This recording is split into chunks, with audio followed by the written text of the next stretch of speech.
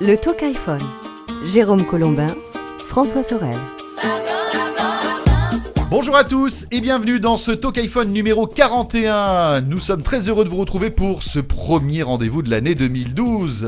D'ailleurs, au passage, tous nos vœux. Le Talk iPhone, c'est toute l'actualité de l'iPod, de l'iPad et de l'iPhone. Bonjour Jérôme. Bonjour François, bonjour à tous. Oui, c'est vrai que nous avons marqué une petite pause pendant les fêtes de fin d'année. Mais on a eu des trucs à faire, hein, le CES, etc. Et c'était pas pratique d'enregistrer le Talk iPhone à Las Vegas. Non, c'est vrai. Ouais. Et puis, surtout à côté des machines à sous, ça fait du bruit. Avec tout ce que tu as gagné, une fois de Ouais, plus.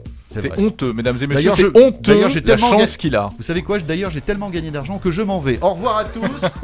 À bientôt. Au revoir. Ouais, bah moi je vais rester parce que c'est pas le cas. Hein. Ouais. Bien, nous sommes avec Laurent comme d'habitude. Salut Laurent. Bonjour. Laurent d'iPhone.fr et on va dérouler pendant 30 minutes ensemble toute l'actualité de l'iPhone et de l'iPad. Bon Laurent, ça va bien? Bonne année au fait? Eh bien merci, bonne année à vous, aux auditeurs, mais on a eu l'occasion de le fêter et puis on a fêté les 5 ans du blog aussi, donc ouh là l'année là, a bien bravo! Attendez, ça mérite quand même quelques petits applaudissements. Est-ce que tu entends cette clameur cette salve, oui, dans notre bien studio? entendu, C'est merci. impressionnant, hein? Oui, parce qu'on enregistre maintenant le Talk iPhone en public, hein? Et donc il y a Jérôme en fait, comme dans le public. C'est pas mal. Oui, bravo. Donc bon anniversaire Laurent. Merci, enfin pas à moi, mais Non, enfin au blog. à la communauté. Allez, il reste 8 secondes pour faire le sommaire. Oh zut. On va Alors, vas-y Jérôme. On va parler cette semaine des ventes records d'Apple, ventes d'iPhone, d'iPad, etc. On va parler de l'annonce d'Apple concernant les manuels scolaires. Ah oui. C'est très intéressant. Mhm. Et puis bien sûr quelques applis, hein, des applis coup de cœur dans le domaine de la santé, du loisir, du jeu, etc. Et aussi des accessoires pour la photo, je précise, et la vidéo. Et puis bien sûr notre répondeur qu'on retrouve tout de suite. Soyez les bienvenus. C'est parti pour ce Talk iPhone. Alors je vous rappelle bien évidemment que le Talk iPhone s'écoute mais se regarde aussi. Et oui, c'est ça qui est bien, c'est-à-dire que vous écoutez tranquillement ce qu'on vous raconte et puis de temps en temps lorsque vous entendez ce petit... Eh bien là, vous regardez votre écran et vous avez en plus du son, l'image. C'est clair quand même, on a bien compris là. C'est bien expliqué. Ouais, Voilà. c'est vrai. Autre chose à vous expliquer qui est très important, qui fait la spécificité de ce rendez-vous unique, c'est le répondeur du Talk iPhone. Ça, c'est tout simplement l'opportunité pour vous de nous laisser des messages concernant votre passion de l'iPhone, de l'iPod, de l'iPad. Vous avez des coups de cœur, vous avez des coups de gueule, vous avez des critiques, vous avez des applis que vous voulez nous présenter. Des Eh bien, c'est trucs très et simple. astuces. Des trucs et astuces. C'est tout simple. Avec votre e-device, vous allez... J'ai décidé d'être complètement bilingue Ah ouais, pour ouais. cette année 2012. Ça fait partie de l'une de mes résolutions. Eh bien, vous appuyez sur la petite touche du dictaphone, vous laissez votre petit message et vous nous envoyez ça par mail à l'adresse suivante. Répondeur@lachaînetechno.com. Voilà, on récolte évidemment tous vos messages, on les écoute et on en sélectionne quelques-uns. Voici le premier. Le répondeur. Bonsoir à toutes et tous, salutations du 974 de l'île de la Réunion, pour être plus précis. Ma question est, comment se fait-il que lorsque je demande à Siri d'appeler des numéros tels que le 123, le 900, le 950, il refuse? Merci pour votre réponse. Merci à cet auditeur de La Réunion qui a une voix magnifique, soit Ah dit oui. en passant. On dirait la tienne presque. Ah non, c'est mieux. Oui, Hein, c'est vrai, je ne sais pas le dire. Bon, et quant à sa question, que peut-on lui répondre, François? Eh bien, tu sais quoi? Démonstration maintenant. Nous avons un iPhone en main et nous allons lancer Siri et voir ce qu'il nous raconte. Appelez le 950. Quel suspense. C'est rapide, Siri, c'est ça qui est bien. Hein. J'appelle le 950. Alors tout ça pour vous dire quoi? Pour vous dire que je ne comprends pas le message de notre auditeur puisque chez moi ça fonctionne. Ah bon? Voilà, donc appelez, alors j'ai essayé avec 123, j'ai essayé avec tous les chiffres qu'il nous le donne et Siri comprend ces chiffres-là. Alors est-ce lié au fait qu'il soit à La Réunion?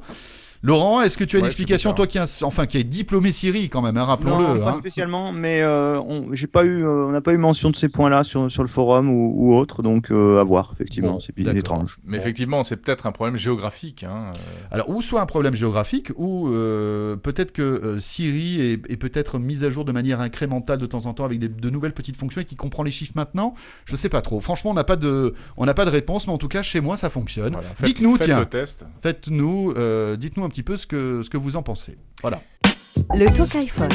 Toute l'actualité de l'iPhone et de l'iPod Touch. L'actualité de cette semaine dans l'univers de l'iPhone, de l'iPad, etc., vous l'avez peut-être constaté, eh bien, ce sont donc les résultats financiers d'Apple qui ont été dévoilés il y a quelques jours et qui sont absolument spectaculaires. Alors, on va pas parler de gros sous parce que ça, c'est pas exactement l'objet du Talk iPhone. En revanche, ce qui est intéressant là-dedans, c'est de s'intéresser, c'est de se concentrer un peu sur les ventes de e-device dont tu parlais. Quelques chiffres, 37 millions d'iPhone, 15 millions d'iPad, 15 millions d'iPod vendus au cours des 3 derniers mois. Donc c'est absolument spectaculaire. Et notamment... Et tout ça grâce au blog iPhone.fr, rappelons-le. Hein. Oui, puisqu'on on a vraiment un reach mondial maintenant. C'est vrai. Tim Bah, Cook, ça se voit dans les chiffres, effectivement. Tim Cook t'a envoyé un mail pour te remercier d'ailleurs, hein, Laurent. Hein. D'ailleurs, il aurait pu nous en envoyer un à nous aussi quand même. Hein. Bon, enfin, il faut préciser que iPhone.fr est indépendant d'Apple et d'ailleurs, vous ne priez pas de dire ce que vous pensez parfois. Hein. Ah ben, quand ça va pas, ça va pas. Quand ça va pas, voilà. Comme tout. Bon, quelle est l'analyse que vous avez faite de ces résultats? Alors attendez, justement, Pardon. vous avez remarqué que ce qui a cartonné notamment, c'est l'iPhone 4S au mois de décembre. Donc c'est étonnant ça. Hein. Bah, alors c'est ça qui est effectivement un peu pas la surprise parce qu'on l'a vu démarrer très fort dès son lancement, mais on aurait pu se dire oui, iPhone 4S c'est le même que le 4, il y a que des petites nouveautés. Et non, effectivement les chiffres parlent d'eux-mêmes, ça s'est bien vendu. Moi, il y a un truc qui me fait délirer, c'est 377 900. C'est le nombre d'iPhone qui ont été vendus par jour l'année dernière. C'est quand même pour le trimestre, pardon. Pour le trimestre. Hein. Ce qui est hallucinant, vous vous rendez compte? Et c'est drôle parce qu'on avait dit bon, l'iPhone 4S c'est pas terrible quand même, ils auraient pu faire l'effort de sortir un iPhone 5, etc. Et finalement les consommateurs ne se sont pas laissés, ça les a pas dérangés hein, visiblement. Et la question c'est qui a acheté l'iPhone 4S? Est-ce que ce sont des gens qui avaient déjà un iPhone ou est-ce que ce sont ce qu'on peut appeler des primo-accédants d'après vous? Moi, nous, on a une hypothèse qui est tous ceux qui attendaient un iPhone 5 qui n'était pas passé du 3GS au 4, mais qui attendaient un 4S ou un 5, enfin une nouvelle version, donc qui avait 2 ans. Et tous ces gens à 2 ans, 2-3 ans, ils ont amorti leur téléphone, etc. Eux, ils sont tentés de partir sur le dernier modèle, que ce soit un 4 ou un 4S, finalement, ils prennent le dernier. Donc ça peut vraiment être un réservoir pour Apple de ces changements à peu près tous les 2 ans qui correspondent aussi aux subventions opérateurs. Ouais. Tiens, vous êtes passé, vous qui nous écoutez, vous êtes passé du 4 au 4S parce que vous êtes un fan d'Apple, dites-le nous, ou justement, si vous avez acheté l'iPhone 4S, qu'aviez-vous comme téléphone avant? Ça peut être intéressant justement d'avoir un mini-sondage, dites-le nous par le biais du répondeur, vous nous envoyez un petit message audio, répondeur@lachaînetechno.com, vous nous envoyez ça par mail. Tu dis du 4 au 4S, moi je crois qu'il y a aussi beaucoup de gens qui doivent passer plutôt du 3G ou du 3GS au 4S. Voilà, c'est ceux-là auxquels je faisais référence. Et est-ce qu'il y en a qui sont passés d'Android au 4S? Voilà, dites-le nous aussi, tiens. C'est intéressant. Ouais. J'ose à peine poser la question pour Windows Phone, mais bon, posons-la aussi. Hein. 15 millions d'iPad aussi vendus durant ce dernier trimestre. Ah voilà, ça confirme le fait qu'il y a... C'est énorme, hein, 15 millions d'iPad. Et en plus, il n'y a que les iPads qui se vendent en matière de tablettes. Hein. Les autres, les chiffres sont peanuts. C'est sûr, effectivement. Pour l'instant, le marché de la tablette, c'est essentiellement un marché de l'iPad en réalité. Bon, la chute de l'iPod, logique, hein, Laurent. L'iPod a du mal maintenant à trouver son segment, hein, effectivement. Disons que le plus jeune va commencer avec un iPod et rapidement pourra, dès qu'il peut, soit un iPhone d'occasion, parce qu'un marché de l'occasion qui est très très fort aussi, hein, c'est ce qu'on remarque. C'est-à-dire qu'un iPhone 3GS, un iPhone 4, ça a encore de la valeur, puisque même c'est vendu neuf. Et effectivement, les gens peu à peu vont abandonner l'iPod Touch pour aller vers la fonction communicante, puisque tant qu'à avoir 2 appareils, autant que ça soit que dans un. Ouais. Bon, voilà pour ces chiffres qui donnent le tournis. Et puis on a aussi un chiffre sur l'Apple TV, hein, Laurent. Oui, alors l'Apple TV qui a toujours été un peu considéré et noté comme un hobby, qui a fait plusieurs millions de ventes. Je crois que c'est 4 millions sur le trimestre. C'est vraiment un peu, c'est pas la surprise, mais c'est intéressant parce qu'on sait qu'Apple veut arriver dans la télé connectée, dans la télé un peu interactive. Oui. On imagine ça pour 2012, donc c'est un bon socle qu'ils ont avec cette Apple TV qui montre ce qui peut être fait avec une Apple une eTV qui permettrait d'envoyer sa musique, ses vidéos directement depuis l'iPhone sur la télé sans autre boîtier. Ouais. Et moi je pratique ça depuis quelques temps avec l'Apple TV et c'est vrai que c'est vraiment pas mal. Hein. Le problème de l'Apple TV, c'est que ça lit pas le DivX. Alors bon... enfin, on peut vivre aussi sans DivX. Hein. C'est compliqué quand même. Par contre, l'iPhone lit le DivX et peut l'envoyer sur l'Apple TV. Exactement. Oui, l'iPhone, l'iPad avec aussi. Player, avec plein d'applications pour le faire. Bien sûr, ça marche très très bien. On peut le faire, oui. Bon, il faut avoir un bon Wi-Fi et pas être trop loin du réseau Wi-Fi quand même, les amis. Hein. Parce que, Si tu le lis si en vous- streaming, oui. Ouais, si vous mais le lisez sinon, en streaming. voilà, soit tu as cette option-là, soit tu télécharges ton film de vacances, bien entendu. Hein, Toujours en DivX, Toujours, voilà. évidemment. Sur ton iPad ou ton iPhone, et ensuite tu l'envoies sur la télé. Alors Mm. soit par AirPlay, donc sans fil, soit encore mieux avec la connexion HDMI qui marche très très bien. Bon, peut-être encore un chiffre, c'est 97 milliards de réserves en cash pour Apple. Bon, voilà, ils ont de quoi acheter 2-3 trucs quand même.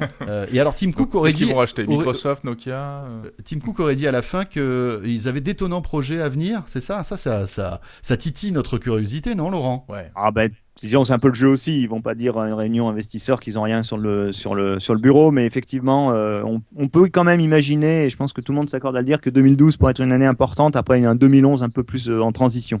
Il n'y a pas eu de grosse sortie Mac l'an dernier, il n'y a pas eu de grosse sortie iPhone, même si l'iPhone 4S a cartonné. L'iPad, c'était un peu une deuxième version. Ouais. Donc là, on peut imaginer un iPad 3 avec un écran Retina ou l'équivalent. On peut imaginer un iPhone 5, semble-t-il, qui serait complètement revu. Plus si on va jusqu'à la télé, ça ferait une grosse année, donc ils peuvent se permettre de dire ça. Ouais, une grosse année alors que c'est la première année sans Steve Jobs. Voilà. Très bien, voilà ce qu'on pouvait dire sur ces résultats qui n'ont jamais été aussi impressionnants pour Apple.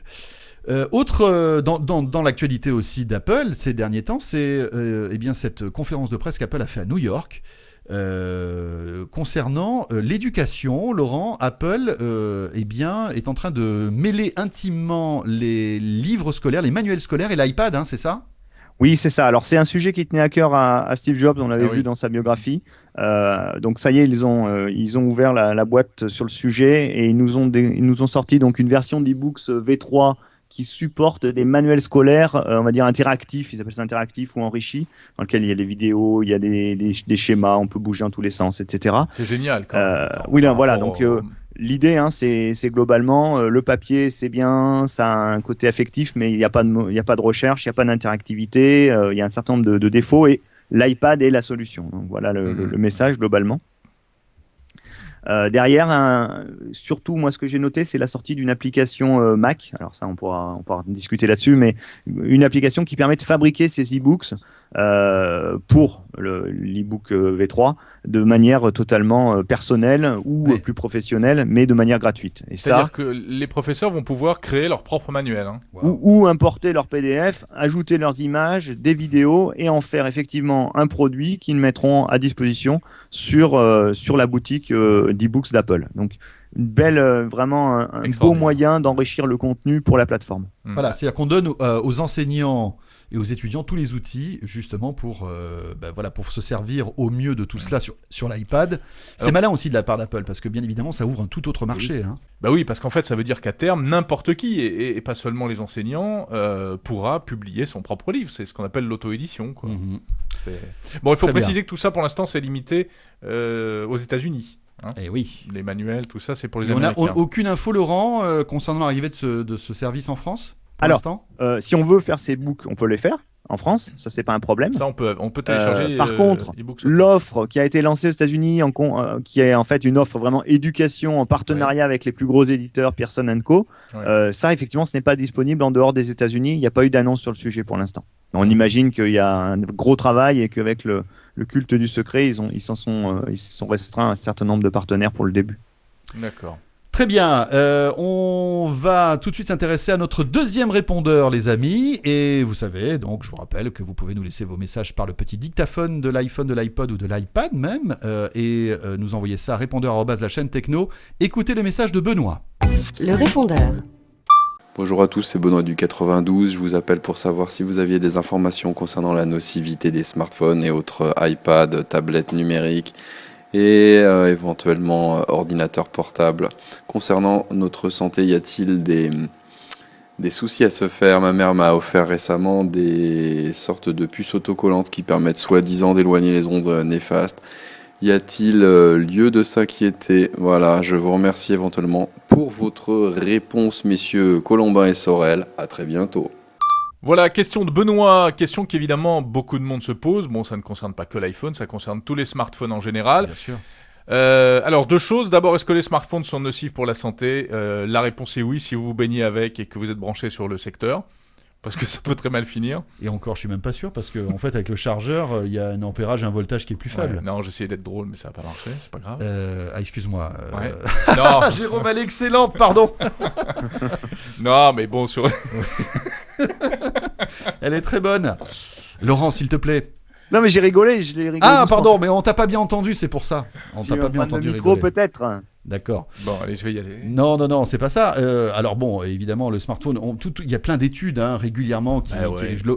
Jérôme, tu le sais très bien. Il y C'est a pas des, tranché, en fait. des études qui sortent régulièrement, qui, pour l'instant, vont toutes plus ou moins dans le même sens. C'est-à-dire qu'on n'arrive pas à prouver véritablement la nocivité des ondes émises par les téléphones portables.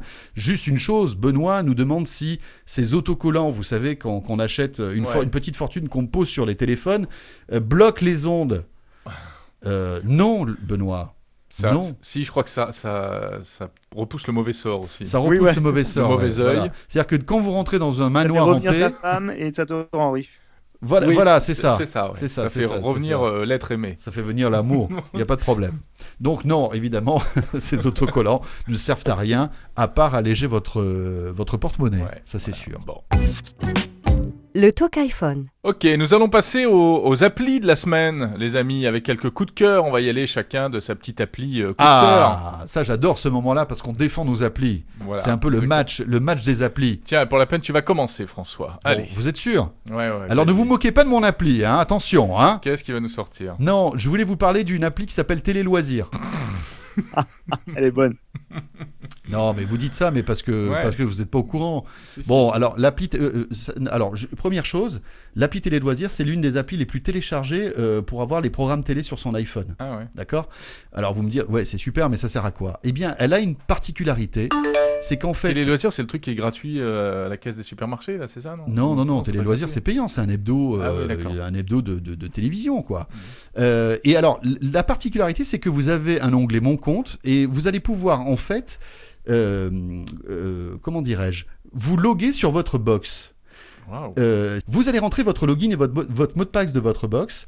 Et là, lorsque vous regardez par exemple les programmes que vous avez aujourd'hui, par exemple vous voulez enregistrer les Tudors, tiens, voilà, ça passe bientôt. Vous cliquez sur les Tudors, vous avez le Super, résumé. les Tudors. Voilà, vous avez le résumé, etc. Bon, quand est-ce que ça commence? Et vous avez un petit bouton enregistrer. Ouais. Et vous cliquez sur ce bouton et sans rien faire, automatiquement, votre box va recevoir l'information et va programmer Génial. l'enregistrement. Ouais, mais paf, ça marche pas. Apparemment, ça marche pas avec toutes les box. Bon, ça viendra peut-être plus tard. Alors, cela dit, tu sais qu'aujourd'hui, toutes les box ont leur propre appli, une appli compagnon, on va dire, qui permettent de faire ce genre de choses. Oui, mais là, l'avantage, c'est que tu as en plus la richesse éditoriale d'un magazine comme Télé Loisirs. D'accord. C'est Bon. ça qui est intéressant, Ouais, ok. c'est que tu as une grille, et puis il y a aussi un dernier truc qui est pas mal, c'est que vous allez pouvoir avoir votre programmation par rapport à la box que vous avez. Parce que c'est vrai que, par exemple, une SFR box n'a pas les mêmes chaînes qu'une Freebox ou qu'une B-box. Là, vous choisissez votre box, et vous n'avez que les chaînes que la box a qui s'affichent. D'accord. Voilà. Eh bien, Télé voilà. Loisirs, bon, c'est gratuit. C'était Télé Loisirs par François Sorel. Bon, voilà, ça casse pas trois pattes un canard. Laurent, qu'est-ce que t'en penses? Je regarde pas la télévision. Ah, voilà. Au moins, Comme ça, c'est réglé. C'est réglé. Ah, bah ouais. Ça c'est fait. Moi non plus. Bon, bah tiens, enchaîne, Laurent, tiens, ça t'apprendra. Voilà, pour ma peine. Moi, je voulais parler d'une appli qui n'est pas encore sortie, mais c'est un jeu. En l'occurrence, c'était juste pour rappeler qu'il y a Reckless Racing 2 qui va sortir le 2 février. Comment Donc, tu dis? Reckless Racing. D'accord. C'est pas, suite. c'est pas la vieille boisson Réglisse, Jérôme, qui s'appelait Rickless que tu buvais quand t'étais petit, qui n'existe plus. Donc c'est juste la sortie de la suite d'un jeu qui a cartonné l'an dernier, qui est un jeu de conduite en vue de dessus, en 3D, mais vraiment des très très beaux circuits, très bien modélisés, avec des belles sensations de conduite. On attend beaucoup du 2, donc on va voir ce que ça donne. Mhm. Ça, c'était pour Avenir. Et l'appli qui nous a beaucoup plu à la rédaction, qu'on a utilisé, on a beaucoup joué avec, c'est une appli qui permet, donc ça s'appelle Action Movie FX, et qui est fait par des spécialistes des effets spéciaux d'Hollywood. Ah, c'est génial ça. Ouais, Voilà, qui permet tout simplement de filmer une séquence et de rajouter dessus des petites choses comme une roquette qui vient exploser la voiture ou la maison, ou un rocher qui tombe en plein milieu de la rue, ou encore une voiture qui Une vous voiture fonce qui dessus. explose, qui te fonce dessus. Ouais, c'est-à-dire Voilà. que Tu te fais tes propres effets spéciaux à partir de scènes vidéo que tu as tournées toi-même, quoi. Voilà, exactement, avec la voiture du voisin ou la maison ou tout autre élément du décor, mais dessus on rajoute et il En faut fait, régler on choisit, on a une bibliothèque d'effets spéciaux préfilmés, c'est ça? Alors, pré-numérisés même, hein, qui sont incrustés sur la vidéo. Et en fait, il y en a 3 de gratuits. Il y en a eu un troisième rajouté il n'y a pas longtemps et d'autres qui sont en achat dans l'application. Mais les 3 déjà vraiment permettent de bien rigoler. Très bonne idée, ça. Hein. Ouais, ça sert à rien, mais c'est vraiment... Et ça a été fait par des spécialistes d'effets spéciaux, c'est ça? Oui, a priori. Et on a à noter une appli qui va sortir dans le même style, qui a l'air encore plus ambitieuse, qui s'appelle Cinefy. CINEFY, on en reparlera, qui est vraiment sur la même veine et qui semble vraiment intéressante. Donc on en reparlera parce que c'est vraiment des choses qu'on aime beaucoup. Bon, Très bien. Jérôme. Bon, et bien moi, mon appli coup de cœur de la semaine est une appli paisible qui va vous reposer. C'est une appli qui sert notamment à détecter les apnées du sommeil. Vous savez ce que c'est, les apnées du sommeil? Surtout en cette période. Joyeux Noël et bonne apnée, c'est ce qu'on dit, non? Putain, ça vaut le haut, hein. Attendez, Non, pas du tout. Pas du tout. C'est pas C'est quand on retient sa respiration involontairement la nuit. C'est ce qui se produit à un certain âge. Tu vas voir, ça va t'arriver bientôt. Quand on ronfle et puis tout d'un coup, tac, on s'arrête de respirer pendant 30 secondes et c'est pas bon du tout pour la santé. Si tu t'arrêtes pendant 10 minutes, c'est vrai que ça peut poser problème en fait. C'est très très mauvais. D'accord. Là. Non, mais c'est vrai que c'est pas bon parce que le cerveau n'est plus oxygéné, ça fatigue le cœur, etc. Et donc parfois c'est pathologique, il faut aller voir le médecin. Mais avant d'en arriver là, eh bien, cette appli qui s'appelle e-sommeil vous permet de détecter les apnées du sommeil. Comment? Eh bien, grâce au micro de l'iPhone. En fait, vous laissez l'appli à côté de votre... Il faut se la coller sur le front en fait. Sur votre table de chevet, vous posez votre iPhone avec l'appli qui tourne. Il va enregistrer le bruit dans la pièce. Il détecte chaque fois que vous ronflez, il l'entend, parce que oui, on ronfle tous plus ou moins fort. Hein. Et puis, il détecte quand il n'y a pas de ronflement. Et pour lui, ce sont des arrêts de respiration et alors, très qu'est-ce courts. qu'il fait si et alors après, le lendemain matin, je l'ai fait. Tiens, moi, alors voilà mon analyse de la nuit. Oui. Et donc, j'ai vu 4 interruptions, j'étais très inquiet. Bon, en fait, ce sont des interruptions très courtes, et après, j'ai lu l'explication. En dessous de 10 interruptions, c'est pas grave. C'est pas grave. À partir de 10 interruptions... Il faut commencer à partir de 10 pauses de 30 secondes, là, ça commence à être un peu gênant. Quoi. Mais alors, oui, non, mais attends, quand tu dors à côté de madame... Comment il arrive à dissocier les ronflements des deux? Voilà, parce que j'imagine que ta douce moitié ne ronfle pas. Non, mais pas bon, du ça tout. peut peut-être lui arriver. Voilà. Tu sais. Alors bon, je pense que...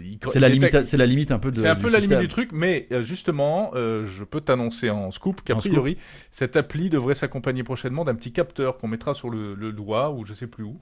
Oui, sur le doigt. Oui, j'espère. Parce que quand tu dis je ne sais plus où, ça fait un peu peur quand même. Enfin bon, pour l'apnée, ça peut pas être... Bon, d'accord. Voilà. Ouais. Alors si j'ai bien compris, d'après ce qu'on m'a expliqué, c'est un petit capteur. Non mais allez, vas-y. C'est un petit capteur qu'on se mettra sur le doigt et qui permettra de contrôler aussi la circulation et donc de compléter les informations. C'est aussi une appli qui permet de faire, vous savez, l'étude des cycles du sommeil pour vous réveiller au bon moment. Ah oui. Exactement. Elle fait ça l'appli aussi Elle ou fait pas? ça, elle fait ça également et elle fait ça a réveil. beaucoup marché, il y en avait une très très bonne là, qu'on a vue il y a 2 ans et ça avait vraiment cartonné. Et elle est, oui, ça marche très bien. Celle-ci est gratuite, hein. Ouais. e-sommeil. C'est français, mesdames et messieurs. Français, ouais. Bon, on a intérêt à brancher l'iPhone sur le chargeur parce qu'à mon avis, exactement. le matin, tu n'as plus de batterie là. Hein. Tout à fait. Et oui, c'est le problème de toutes ces applis. Très bien. Bon, bah écoutez, pour les applis, ça c'est fait. Il se trouve que nous étions, on vous l'a dit tout à l'heure, il y a quelques jours encore à Las Vegas, au CES, au Consumer Electronics Show, avec Jérôme. On a vu évidemment plein de nouveautés dans tous les domaines liés à l'high-tech, mais côté accessoires Apple, justement liés à l'iPhone, à l'iPad et à l'iPod, il y avait énormément de choses, hein, Jérôme. Oui, alors moi-même j'ai fait des achats en réalité. Je suis allé dans l'Apple Store de Las Vegas et je me suis acheté un petit truc qui est assez génial, qui est une poignée pour prendre des photos. C'est-à-dire que l'iPhone n'est pas très stable, on ne sait pas très bien comment le prendre en main quand on prend des photos. Et bien là, c'est une poignée que vous mettez, qui rentre dans le connecteur de l'iPhone. Oui. Et qui d'abord vous donne une meilleure prise en main, qui ensuite vous offre 2 boutons, un pour les photos, un pour les vidéos. Donc 2 boutons distincts, ce qui est beaucoup plus pratique qu'un seul bouton avec un switch, et qui vous permet de prendre des photos de manière beaucoup plus confortable. Alors bon, le truc c'est que c'est livré avec, il faut utiliser la propre appli qui est fournie avec, mais pas seulement, on peut aussi utiliser l'appareil photo de l'iPhone. voilà, et c'est plutôt pas mal. C'est assez pratique, ça coûte moins de 40 €. Et j'ai également acheté un autre joujou qui est un petit objectif qui se clip sur l'iPhone et qui permet de bénéficier d'une plus grande largeur de champ quand on prend des photos. En fait, il y a 3 objectifs en un, soit grand angle, soit fisheye, c'est-à-dire vous savez le truc qui déforme, ou encore macro pour filmer de très près. C'est facile, rapide à installer, à désinstaller. Ça marche avec les iPhone 4 et les iPhone 4S. Ça s'appelle HoloClip. Et on n'a pas de perte parce que c'est ce que je me dis à chaque fois, étant donné que tu poses une lentille sur justement un objectif d'un téléphone, tu dois perdre quand même en qualité, non ? Non, si t'as pas bavé dessus avant et que tu l'essuies proprement, s'il n'y a pas trop de Nutella. C'est de la bonne qualité. Ça coûte 70 €. Laurent, t'as testé ce genre de choses ou pas ? Non, on n'a pas testé. Par contre, on en avait parlé pour les deux l'an dernier parce que c'est des projets de mémoire qui sont liés à des plateformes de crowdsourcing, là, comme ça se fait beaucoup, de crowdfunding même, où en fait les gens proposent une idée et cherchent des acheteurs potentiels jusqu'à réunir la bonne somme. Et c'est Kickstarter qui marche beaucoup aux États-Unis. Et en l'occurrence, ces deux projets-là, alors, à moins que ce soit le Belkin peut-être, mais c'est les projets qu'on a vu arriver l'année dernière sous cette forme. D'accord. Donc ce qui est intéressant, c'est que en fait au CES, on les a vraiment vus concrètement. C'est-à-dire qu'ils ont été financés et ils ont été fabriqués. Ça y est, ils sont en vente. Et c'est assez intéressant de voir ce nouveau marché qui se crée grâce à... Ça, c'est génial parce que les industriels qui sont un peu malins, qui sont à l'écoute des utilisateurs d'iPhone et d'iPad, qui sont des millions, des centaines de millions aujourd'hui, c'est vrai qu'on peut dégager et créer encore de nouveaux accessoires, quoi. C'est ça qui est génial. Alors, à la fois les grosses sociétés, mais même justement, c'est ça qui est intéressant, c'est souvent des petits entrepreneurs qui sont en Italie ou je ne sais où, qui arrivent comme ça à sortir des accessoires toujours originaux, alors parfois trop, mais souvent très bien vus et qui cartonnent. Donc, je suis assez content de voir que ça existe maintenant. Ok, on va dans un instant parler d'un autre sujet d'actualité important dans le monde de l'iPhone, c'est le jailbreak. Mais auparavant, un petit message répondeur, les amis. Je vous rappelle le concept. Avec votre téléphone portable, avec votre iPhone, vous appuyez sur le bouton dictaphone, pardon, je deviens fou. Vous nous laissez votre petit message, pas plus de 30 secondes, attention, ça c'est important. Et vous nous envoyez ça à répondeur@la-chaîne-techno. On écoute le message de Christopher. Et on va reparler de photos et de vidéos, tiens, d'ailleurs, avec Christopher. Ouais. Le répondeur. Salut François, salut Jérôme, c'est Christopher. Et aujourd'hui, je voulais faire une petite astuce par rapport à l'iPhone 4S. Donc pour activer et désactiver le stabilisateur de vidéo. Donc il faut rentrer dans le mode vidéo et tapoter 2 fois sur l'écran. Si 2 barres noires apparaissent, c'est que le stabilisateur est activé. Si en tapotant les 2 barres noires disparaissent, c'est que justement le stabilisateur est désactivé. Voilà. Au revoir.